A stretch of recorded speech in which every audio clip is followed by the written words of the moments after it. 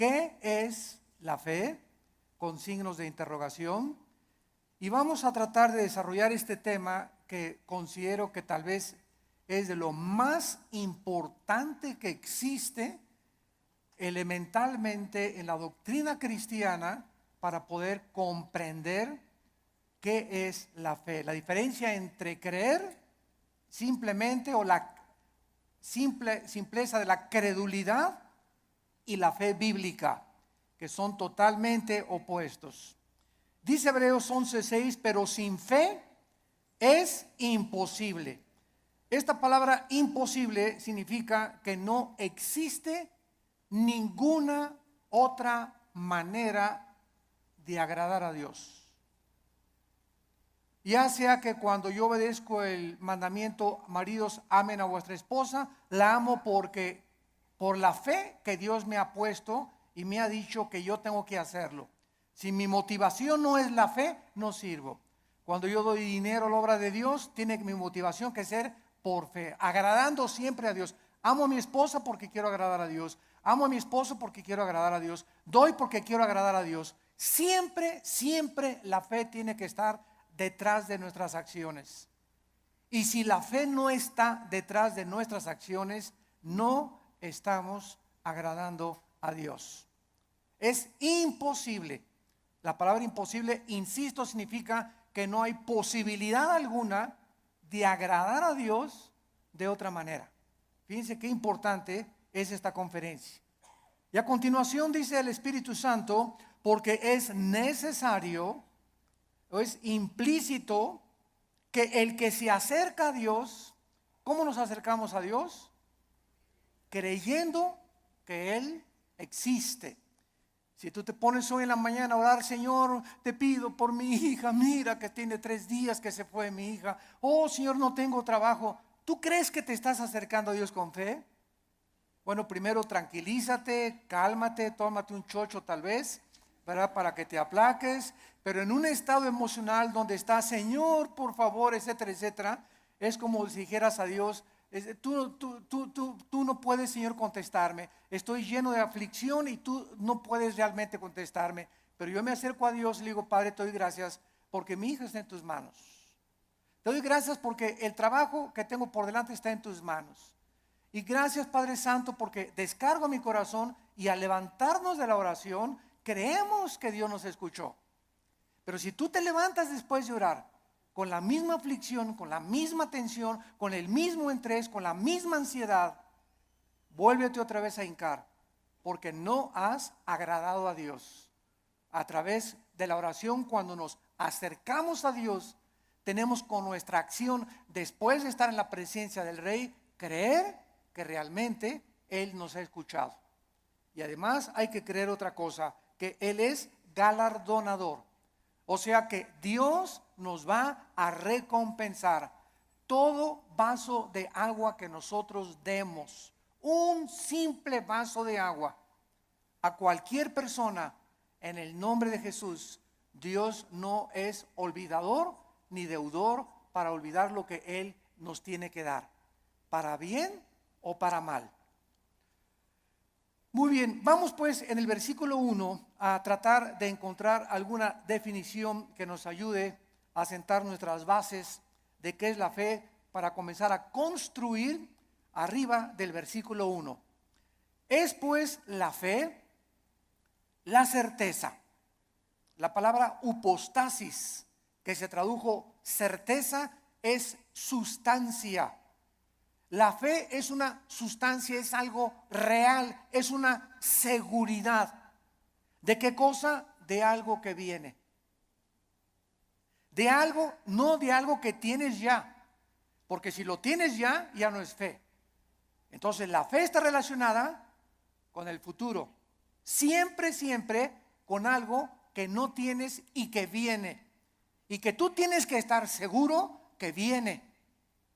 No tengo trabajo ahorita, tengo 3 días sin trabajo, 2 semanas sin trabajo, pero Jehová es mi pastor. Como decía mi esposa hace unos momentos, declaro que soy tu hijo, que nada me faltará, yo voy a mantener mi paz. Mi hijo se fue, mi hija se fue, no tengo trabajo, pero yo tengo la seguridad, la certeza que aunque no lo tengo ahorita, aunque no veo ahorita a mi hija que se componga, ni mi hijo que se componga, y aunque no veo ahorita prospectos del trabajo, lo creo, lo tengo seguro porque tú lo has dicho. No he visto justo desamparado a su descendencia que mendigue el pan. Yo sé que tú me vas a dar el trabajo, Señor. Yo sé que tú me vas a sacar adelante. ¿Por qué? Porque así lo dice tu palabra.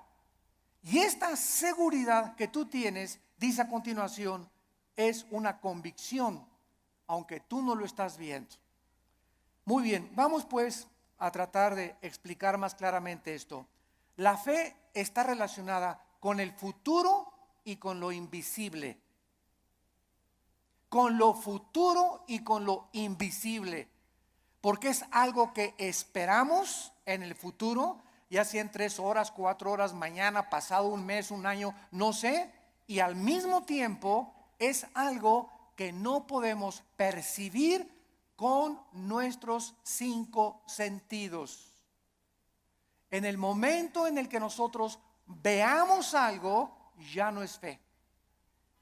Porque la fe está relacionada con lo invisible. En el momento que lo veo, ya no es fe. Por eso cuando alguien dice, si yo veo un milagro, voy a creer, esto es la antítesis de la fe. Porque es totalmente lo contrario. Primero tenemos que creer, como lo vamos a ver, para ver. ¿Me están siguiendo? No es ver para creer, sino creer primero para que después puedas ver la gloria de Dios manifestada. Muy bien, la fe es la certeza, es una seguridad de algo que esperamos y es una convicción de algo que nosotros no vemos. Esta certeza, ¿quién nos las da? Porque necesitamos una certeza y necesitamos una convicción para que nuestra fe sea sólida y esté basada en un buen fundamento teológico. Esta certeza nos la da la Biblia. Porque solo en la Biblia puedes encontrar las promesas que son futuras para nosotros. Dice Dios, si tú siembras escasamente, recoges escasamente. Si tú siembras abundantemente, recoges abundantemente. Si tú amas a tu esposa como Cristo amó la iglesia, no te imaginas las bendiciones que vendrán sobre tu vida. Si tú no amas a tu esposa como te estoy mandando en la palabra de Dios, las promesas mías que te tengo preparadas, no las vas a poder ver. Porque no has creído. Porque para que puedas ver la bendición en tu matrimonio, para que puedas ver la bendición en tu noviazgo, para que puedas ver la bendición económica en tu vida y en tus negocios, antes tienes que creerle a Dios y poner en práctica o en acción lo que Dios dice en su palabra. Y la convicción, ¿quién nos las da? El Espíritu Santo.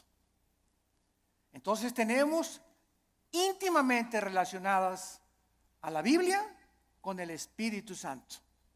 No podemos jamás divorciar al Espíritu Santo de la Biblia, ni la Biblia del Espíritu Santo, porque el Espíritu Santo es el autor de la palabra de Dios. Entonces necesitamos entender que el Espíritu Santo es un espíritu de santidad, ¿verdad? Es el espíritu de verdad, es el consolador. Entonces, si yo tengo el Espíritu Santo y quiero caminar con el Espíritu Santo y Él es santo, ¿podrán caminar dos juntos si no estuvieran de acuerdo? No, ¿verdad? Para que yo camine con el Espíritu Santo, tiene que haber santidad en mi vida, porque Él es santo y me toma de la mano. Pero el momento en el que yo camino sin santidad o comienzo a caminar en pecado en la vida, inmediatamente rompo mi comunión con el Espíritu Santo. Me suelta, es tan sensible como una paloma el Espíritu Santo. Inmediatamente vuela, no se hace a un lado y me encuentro caminando yo creyendo que Dios está conmigo, creyendo que el Espíritu Santo está conmigo, y estoy caminando en la carne. Es lo que se llama caminar en la carne. Y la carne es muy consagrada, La carne es muy religiosa. La carne adora a Dios y por acá y por allá, y sin embargo podemos hacer muchas cosas sin la ayuda de Dios en nuestra vida. Muy bien, veamos ahora que entonces la fe está relacionada con dos realidades eternas e invisibles, con Dios y su palabra. La verdadera fe bíblica está limitada a la Biblia. En otras palabras, hace algún tiempo recuerdo que unas personas me dijeron: Armando, ¿por qué eres tan incrédulo? ¿Por qué no crees que el orito que está cayendo del cielo lo manda Dios y las piedras preciosas que están cayendo en nuestra iglesia son de Dios? Y yo les contesté sencillamente: porque Dios no me manda a creer eso.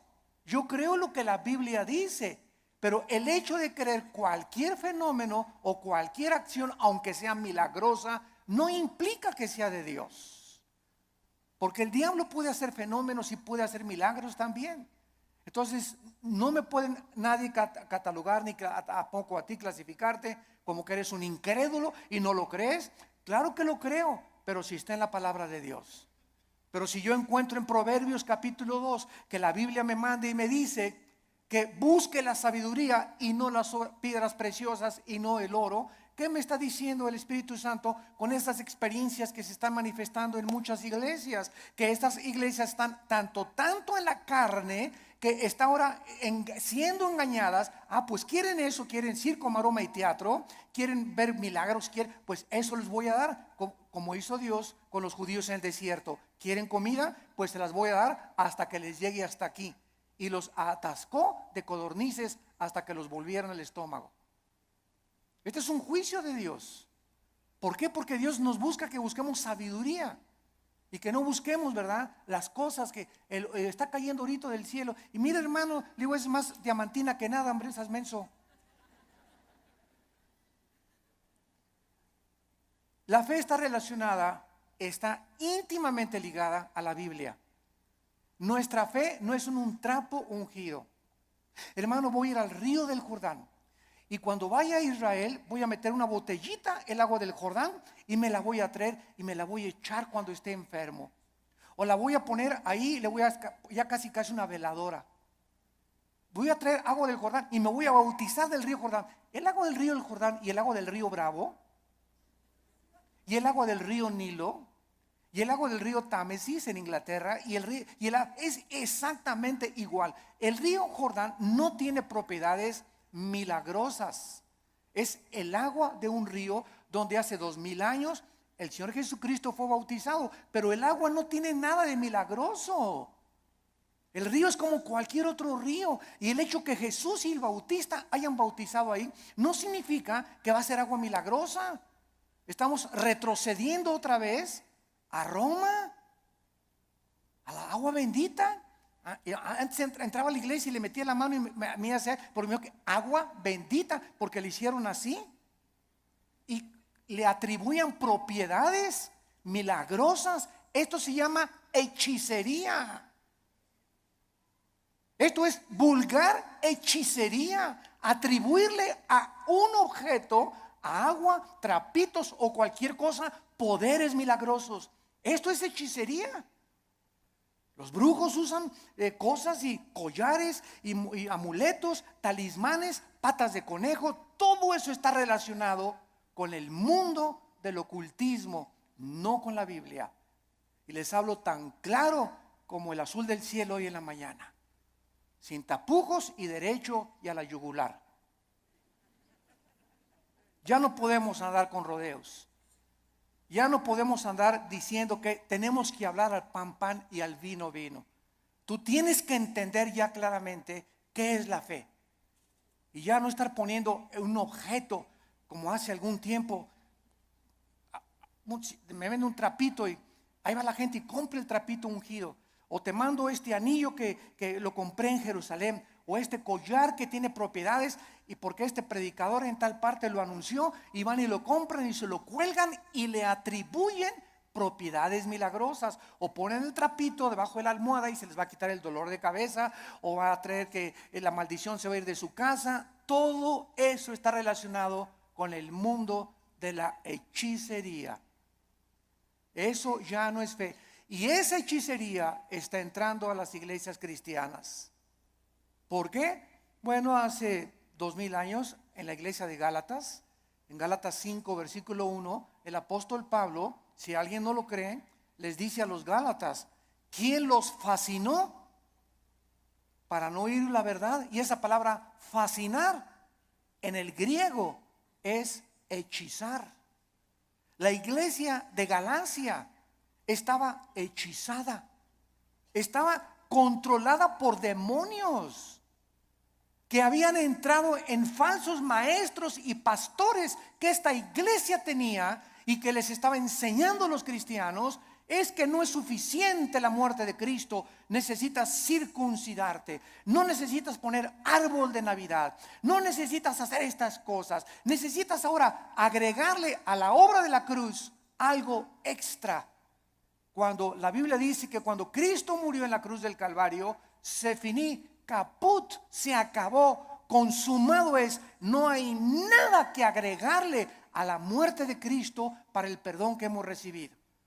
Tratar de, después de la gracia de Dios, decir que necesitamos hacer ciertas cosas para completar la obra de Cristo, estamos llamándole que fue incompleta la muerte de Cristo, y esto es una herejía. Hace algún tiempo, bueno, más bien no algún tiempo, hace algunos días, me entrevistaron en un programa de televisión. Y una de las preguntas que siempre me hacen en Colombia, en Guatemala, donde quiera que voy, es: ¿qué se pierde la salvación? Siempre me preguntan esa pregunta. ¿Por qué? Porque el 65-70% de la cristiandad cree que se pierde la salvación. ¿De dónde sacaron esta doctrina? De un hombre llamado Jacobo Arminio, que enseñó, y porque hay 5 versículos de la Biblia, nada más 5 contra más de 500 versículos en la Biblia que enseñan que la salvación no se puede perder. Además que es ilógico teológicamente. Entonces, estos 5 versículos parecen enseñar que la salvación se pierde, como si que te borraré del libro de la vida y que te apartaré y la rama, Juan 15, serán cortados, etcétera, etcétera, que parece indicar que la salvación se pierde. O 2 de Pedro capítulo 2, 22 al 24, que el perro regresa a su vómito, la puerca lavada a lavarse en el lodo. Pero sin embargo, cuando estudiamos estos versículos, nos damos cuenta que los sacaron de su contexto. Miren, es tan simple como esto. Cuando una persona dice que se pierde la salvación, ¿qué está diciendo? Síganme con cuidado. Está diciendo que al llegar al cielo, Pedro le va a decir: a ver, Pancho Pantera, ¿por qué te voy a dejar entrar al cielo? Y tú le vas a contestar: por la gracia de Dios, más me porté bien. Igual a la salvación. Eso es lo que se está diciendo. O sea, que la gracia de Dios no fue suficiente. Ahora que ya soy salvo, necesito portarme bien, porque si no me porto bien, pierdo la salvación. Entonces, ¿qué salvación nos dio Dios? ¿Temporal o eterna? Dice en Hebreos 9 y Hebreos 10 que nos hizo eternamente perfectos y santificados. En el momento que recibes a Cristo, recibes la eternidad. Estamos ya en el reino de Dios espiritualmente. La eternidad está dentro de nosotros ya. Pero, y ahora en segundo lugar, ¿por cuántos pecados? Apunta todo esto para que te defiendas. ¿Por cuántos pecados murió Cristo en la cruz? ¿Por los pasados, por los presentes o por los futuros?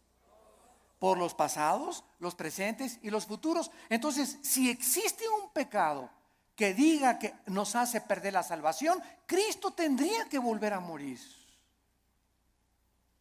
Cristo tendría que volver a pagar por ese pecado que te hizo perder la salvación. Porque la muerte de Cristo solamente te perdonó los pasados, pero los que tú cometas, tú eres responsable. Y si hay alguno que cometas, entonces Cristo tiene que volver a morir. Y entonces ya Cristo no murió por los pecados pasados, presentes y futuros, sino solamente por los pasados. Porque los que estás cometiendo, tendría Cristo que estar muriendo muchas veces para estar pagando por ellos. Ahora, si tú cometiste un pecado que te hace perder la salvación, la pregunta de los 64,000 pesos es, ¿cuál es, Pancho? ¿Qué pecado nos hace perder la salvación? Dice 1 de Juan, la sangre de Cristo nos limpia, solo de algunos. Eso dice, ni el homosexualismo, ni el divorcio, ni el transexualismo, ni el robo, ni el crimen, ni el asesinato, ninguno de estos pecados es el pecado imperdonable. Ninguno de estos pecados es la blasfemia contra el Espíritu Santo. El único pecado que no tiene perdón no lo pueden cometer los cristianos, solo los no cristianos, que es la blasfemia contra el Espíritu, rechazar la gracia de Dios. Hechos 7, 51 y 52, que es el pecado que cometieron los fariseos. Que después de ver, después de oír al Hijo de Dios, después de oír la predicación de la palabra, no te quiero, no te quiero, no te quiero. Pero un cristiano, 1 Corintios 12, 2, no puede por el Espíritu ni siquiera blasfemar o maldecir al Espíritu Santo. Antes de ser cristianos, todos blasfemamos el nombre de Dios. Todos blasfemamos contra el Espíritu Santo antes de ser cristianos, ¿no es verdad? Todos cometimos pecados tremendos. Ahora, cuando nos muramos, otra pregunta, cuando nos muramos, ¿cuántos van a morir perfectos? ¿Dónde está San Anastasio por aquí? O Santa Rita de Casia. Cuando muramos, vamos a morir en pecado. A lo mejor hoy en la mañana le grité a mi esposo y me muero a las 2 de la tarde, ya me morí en pecado. A lo mejor hiciste una mentira a las 3 de la tarde y te da un ataque al corazón a las 7 de la noche, ya te moriste en pecado. Te pasaste un alto, ya te moriste en pecado si chocas. Todos nos vamos a morir con algún cierto de pecado, pero esos pecados ya fueron puestos en la cruz del Calvario. Entonces tendríamos que ir al purgatorio para pagar por esos pecados con los que morimos y no los pudimos confesar. Todo esto es absurdo y irracional teológicamente. Y podemos continuar así con los pactos, con la gracia. ¿Qué es la gracia, no? Entonces decir que se pierde la salvación es decir que es la gracia más portarme bien o hacer buenas obras para poder entrar al cielo. La fórmula está equivocada totalmente. Estás reprobado químicamente en la teología. La fórmula es la gracia más nada igual a la salvación. Las buenas obras que nosotros hacemos no son para salvarnos. Ya Cristo pagó por todas mis malas obras pasadas, presentes y futuras. Mis buenas obras que ahora hacemos, síganme con cuidado, Virgen del Socorro. Las buenas obras que nosotros hacemos después de la salvación solamente son para la entrega de recompensas o la pérdida de recompensas en el tribunal de Cristo. El cristiano ya no va a ser juzgado por sus obras en cuanto a la salvación, sino en cuanto a las recompensas. Y la fidelidad va a ser altamente recompensada por Dios. Un vaso de agua que hayamos dado, lo que hemos hecho en el nombre de Dios, pero no está relacionado ya con la salvación. Ya hemos sido justificados por la fe, ya hemos sido santificados y ya hemos sido glorificados desde antes de la fundación del mundo.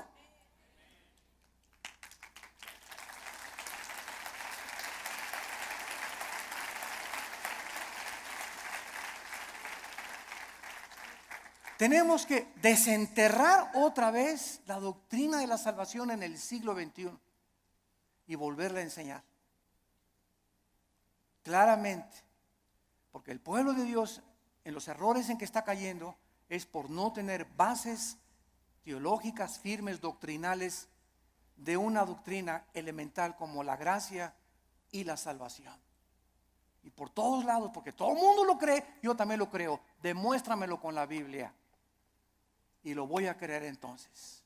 Pero no voy a creer que porque todos creen que se pierde la salvación, yo voy a creer que se pierde la salvación. Yo te lo demuestro y se los dije en la televisión, tenemos el debate con el que quiera y se lo demostramos, ¿verdad? Que es absurdo seguir creyendo que se pierde la salvación.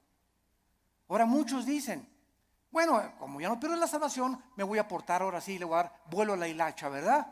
Bueno, dice Gálatas 5:10 que fuimos llamados a libertad, solamente que no usemos la libertad como ocasión para la carne. La persona que dice eso, con que no puedo perder la salvación, puedo hacer lo que quiera, no es salvo. No es salvo. Porque si tienes al Espíritu Santo, no vas a tratar de aprovecharte y tomar la gracia de Dios como una licencia para pecar. Eso demostraría Romanos 6, que pues pecaremos para que la gracia de Dios abunde. De ninguna manera, porque los que hemos muerto con Cristo, ¿cómo vamos otra vez a pecar? O a tratar de pecar voluntariamente. Ya demostraría que ni siquiera tenemos la salvación.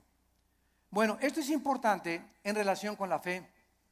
Y vamos a ver ahora algunos ejemplos de la fe en algunos versículos en el Antiguo y en el Nuevo Testamento. Vamos a ver en primer lugar el Salmo 27, para que veamos cómo operó la fe en el Antiguo Testamento y tengamos bases más profundas acerca de nuestra fe. Vuelvo a repetir, la fe está relacionada con el futuro y con lo invisible. La antítesis de la fe sería ver, porque caminamos por fe, no por vista. La vista queda excluida de la fe. Y si camino por vista, está excluida la fe. Una de otra están excluidas. No pueden ser las dos verdad. O camino por fe sin ver, o veo y ya no camino por fe. ¿Está claro? Es muy importante aceptar este concepto. Si caminamos por vista, ya no necesito la fe. Si camino por fe, no necesito la vista. Cada una excluye, insisto, la otra. Esto es contrario a lo que el mundo dice. Ver para creer. Esa es la filosofía del mundo. Esa es la dimensión en la que el mundo se mueve. Nosotros hemos entrado a otra dimensión totalmente que dice lo contrario, que necesito primero creer para poder ver. Dice el Salmo 27, versículo 13, cuando David se encontraba afligido, perseguido por Saúl, sin trabajo, escondido en una cueva, criticado, sus hijos de David se volvieron contra él. Bueno, el pobre David, ¿verdad?, tenía todo tipo de tribulaciones iguales a las que tenemos muchos de nosotros. Y David nos manifiesta y nos exhibe una verdad preciosa. Y dice el Salmo 27:13, hubiera yo desmayado, me hubiera tirado la toalla, me hubiera yo desalentado, ya hubiera querido ya ni siquiera ser cristiano, ya ni siquiera quería ir a la iglesia, ya estaba harto. Si yo hubiera mantenido esta actitud mental, hubiera yo desmayado. Me hubiera tirado ya al suelo, ya no quiero ni siquiera vivir. Estoy harto de todo, de mis papás, de la iglesia, de esto, del gobierno. Y sobran cosas que nos pueden llegar a pensar esto. A menos que, repito, seas San Anselmo. Pero todo cristiano llegamos a estar, ¿verdad?, hasta, decimos vulgarmente en México, hasta el gorro. ¿No te has sentido así? No levante la mano. Porque yo estoy seguro que todos la levantaríamos. Si no has experimentado esto, lo vas a experimentar cuando estés casado, o cuando no estés, o cuando nazcan los hijos, o cuando nazcan los nietos. Pero todos, hay muchas épocas en la vida en la que nos llegamos a sentir tan oprimidos por los problemas que ya no quisiéramos ni siquiera vivir. ¿Quiénes son los suicidas? Las personas que se les ha cerrado totalmente el mundo, se han sentido sin ninguna ventana, sin ninguna luz, sin ninguna esperanza, sin ninguna solución más que dejar de vivir. Escaparse por una puerta falsa. Y dice David que él había llegado a esa situación, y entonces encontramos lo que lo salvó: si no creyera. Si no creyera, ¿qué veré? Primero, ¿qué cosa? Creyó, y después venía la vista. Si yo no hubiera creído que voy a salir de esta situación y que Dios me va a mandar otro esposo, otro novio, que viene el trabajo. Si yo no hubiera creído en las promesas de Dios, ya desde cuándo me hubiera aventado desde el puente hasta abajo. ¿Qué es lo que nos sostiene? Creer lo que Dios nos ha dicho. Esa es la fe, lo que nos ha dicho en su palabra. Hubiera yo desmayado si no creyes. Y dice 1 de Pedro 1:5 que somos guardados por el poder de Dios mediante la fe.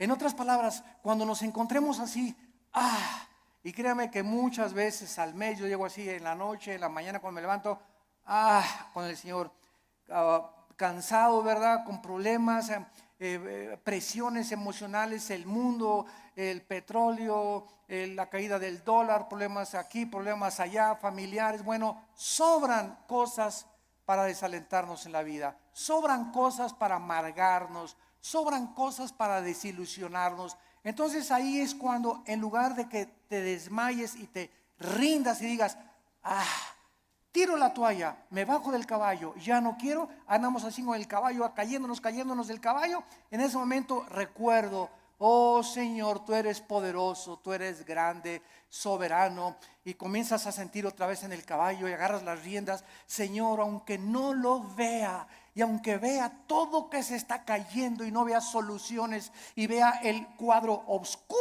a mi alrededor, oh Dios, yo sé que tal vez hoy en la tarde o mañana veré tu bondad. Me vas a sacar del pozo de la desesperación, me vas a pintar un nuevo futuro, vas a solucionar mis problemas, y por eso sigo en mi caballo y rajámonos pinto, cónchele velocidad y vamos adelante. No te me rajes, México lindo y querido.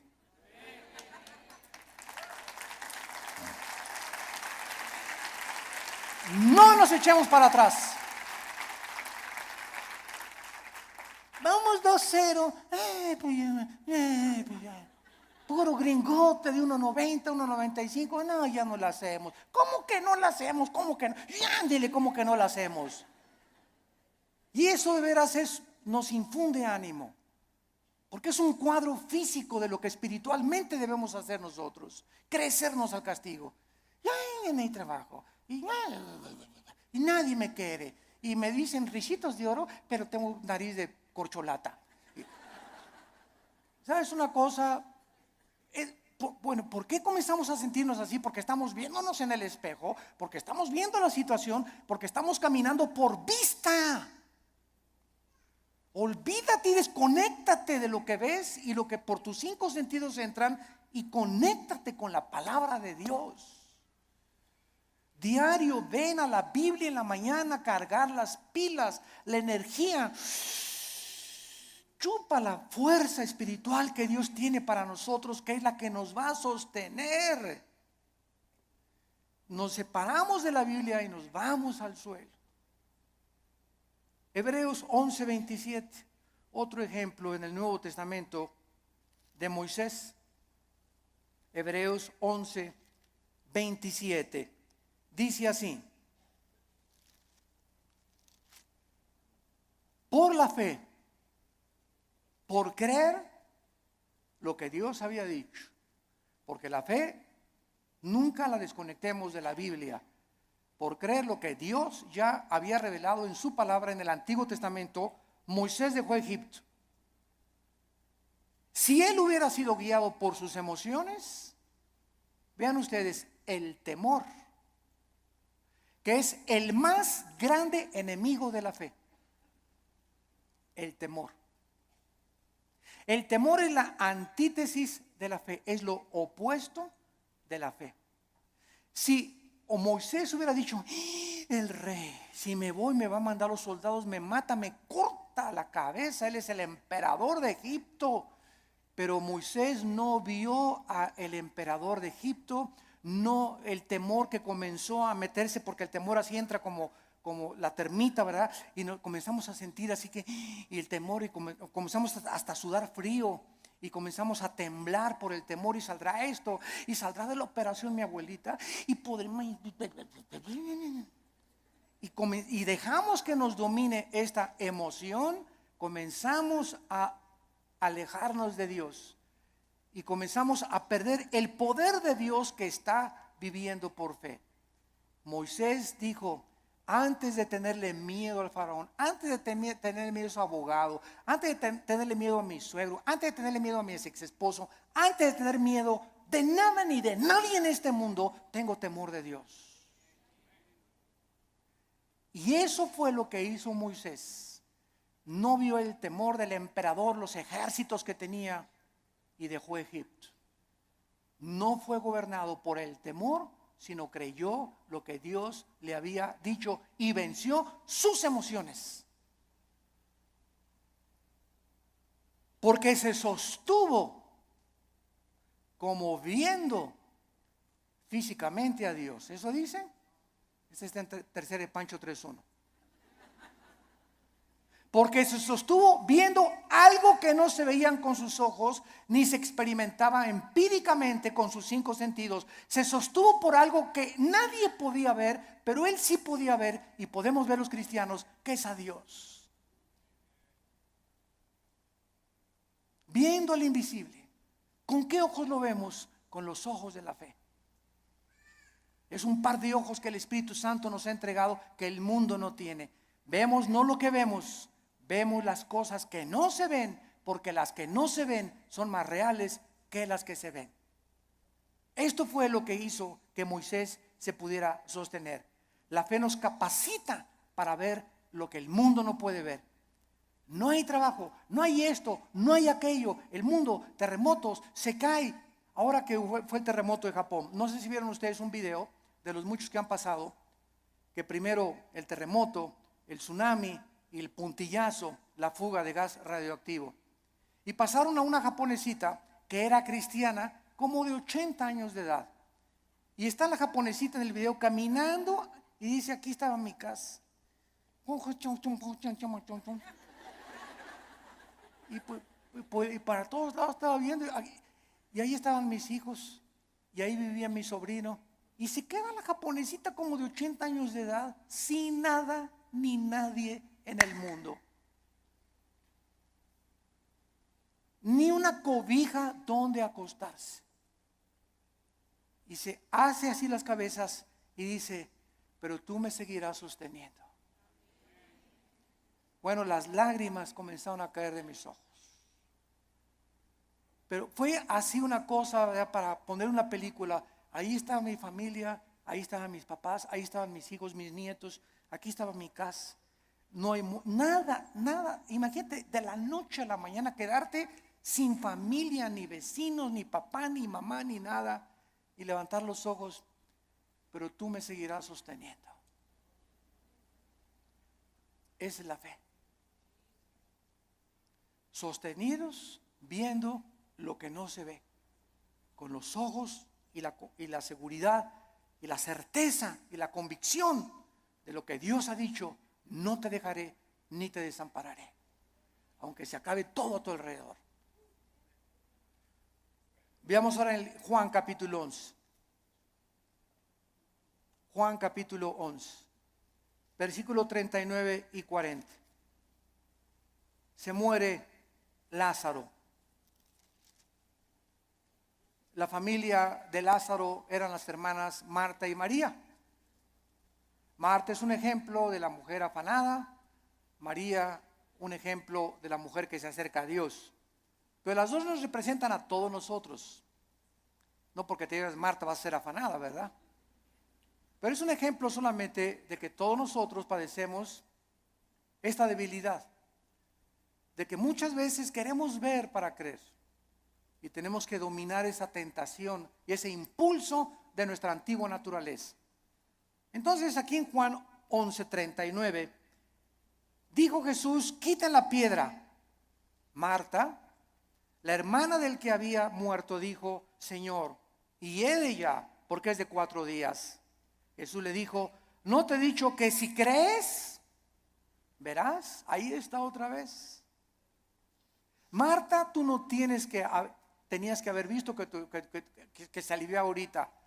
Hemos llegado al punto que lo dejé morir, porque Cristo dejó morir a Lázaro. ¿Se acuerdan que cuando le avisaron? Señor, Lázaro se está muriendo? no hizo caso. Y era el mejor amigo de Jesús y la familia que lo hospedaba y le daba de comer a Jesús, y tenía según un cuartito especial para Jesús cuando pasaba por ahí Jesús, y no hizo caso Jesús, y Lázaro se murió. Y ya que tenían 3 días, Jesús dice a los discípulos: vamos a donde está Lázaro. Y ahora sí, como decimos en México, ¿ya para qué? ¿Ya para qué? ¿Ya para qué? Pues ¿cómo que ya para qué? Pues eso decimos nosotros, pero no lo dice Jesús ni Dios tampoco. Y llega Jesús, los discípulos: ¿ya para qué, Señor? ¿Ya para qué? Ya pierdes tu tiempo. Y es que todo, dice Cristo, lo hice llegar a este punto, y te estoy haciendo llegar a este punto donde pierdas tu trabajo, donde tengas esa enfermedad, donde pases esto. Estoy llevando las cosas al extremo para que cuando estén en el extremo, ahí pueda yo ser grandemente glorificado por tu vida. Yo cuántas personas he visto que se enferman de cáncer y que son sanadas y que dicen: Dios mío, hasta los médicos, pero esto es un milagro. Pero si no hubiera sido esa enfermedad, no hubiera sido glorificado Dios. Si no hubieras perdido tu trabajo y un trabajo te viene milagrosamente, ¿cómo podrías decir: Señor, solo tú pudiste haberme dado este trabajo? Fue un milagro. Así como ayer la selección mexicana fue un milagro que ganara. Pero aquí no se mete, ¿verdad?, la fe. O sea, 2-0 decimos, ya al 2-0 yo ya iba a pagar la televisión. La neta. Dije, ya, otra goliza. ¿Cómo nos vamos a levantar de un 2-0 con estos gigantones de gringos, verdad? Y cuando viene y te das cuenta, ¿no? Que, caray, digo, lo que no parece, se puede convertir en una realidad. Entonces muchas veces Dios deja que lleguemos a ese 2-0 y que parezca que todo está perdido. No está perdido, porque Él es Dios y Él es alguien que ha dicho: no te dejaré, desampararé, estaré todos los días contigo hasta el fin del mundo. Podemos, aunque perdiere mi padre y mi madre, con todo Jehová no me dejará, porque Él es nuestro sostén. Y le dice Cristo a Marta: si tú crees, vas a ver la gloria de Dios. Tenemos que ver espiritualmente para poder creer. La gloria no puede venir hasta que no creamos. Por ejemplo, en el área económica, en el área matrimonial, en el área de relaciones sociales, en el área de nuestras amistades, en todo esto se cumple primero creer para ver. Dios le dice a los maridos: amen a su esposa. Tú amas a tu esposa sacrificialmente y comienzas a quitar todas las imágenes de otras mujeres de tu vida, etcétera, etcétera, y ve Dios tu fidelidad mental y espiritual, porque los pensamientos no le engañan a Dios. ¿Qué hace Dios cuando un hijo está haciendo lo que la Biblia dice porque quieres agradar a Dios? Te bendice. No te imaginas cómo te bendice. Señor, pero que tú ya tiene 20 kilos de más, Señor. ¿Cómo tú? ¿No puedes cambiar una llanta vieja por una nueva? Como dicen en Guanajuato, ¿verdad? Y sabes una cosa, que cuando estamos casados no es solamente la pasión. La pasión dura la luna de miel 3 o 4 días y dura también en el triunfo del amor. Pero todas esas pasiones que tú ves y esos enganches que se dan esas cosas no duran.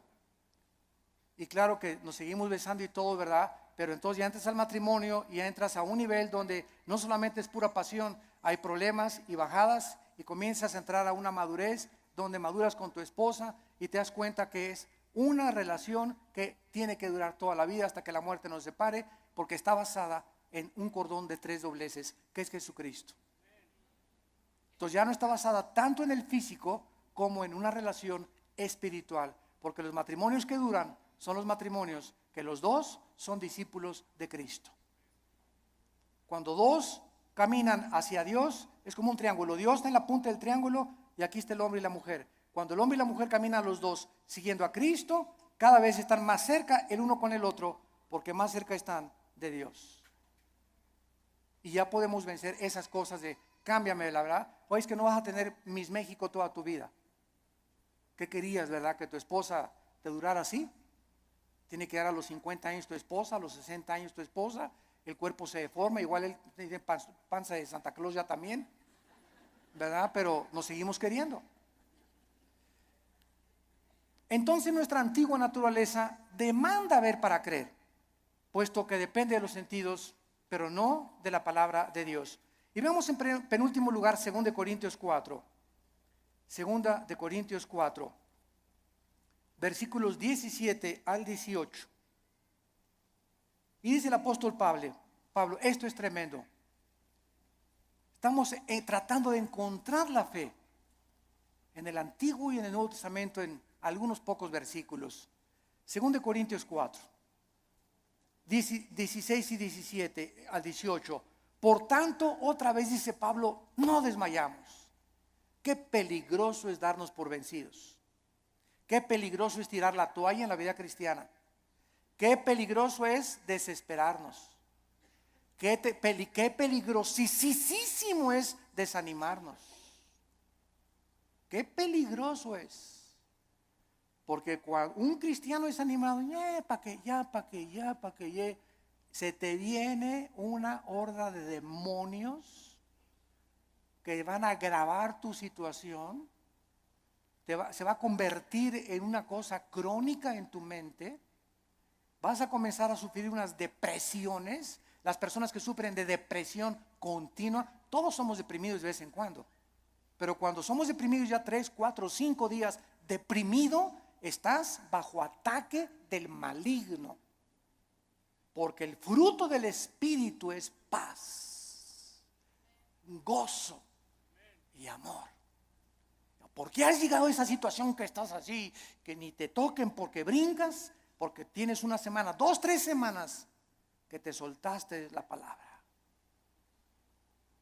Y comienzas a desmayar porque no estás aferrado a la palabra de vida. Por tanto, no desmayamos, dice el apóstol Pablo. Antes, aunque nuestro cuerpo exterior se va desgastando, el interior no obstante se renueva de día en día. ¿Saben ustedes que lo peor que existe para una persona es verse en el espejo? Bueno, claro que tenemos que peinarnos, ¿verdad? Y rasurarnos, etcétera, etcétera. Pero cuando ves, ya tengo 50 años, viejito, ya. No, ya tengo 70, ya para qué, ya voy de salida. ¿Cómo que vas de salida a los 70 años? Ya tengo 80, ya voy de salida, ya para qué.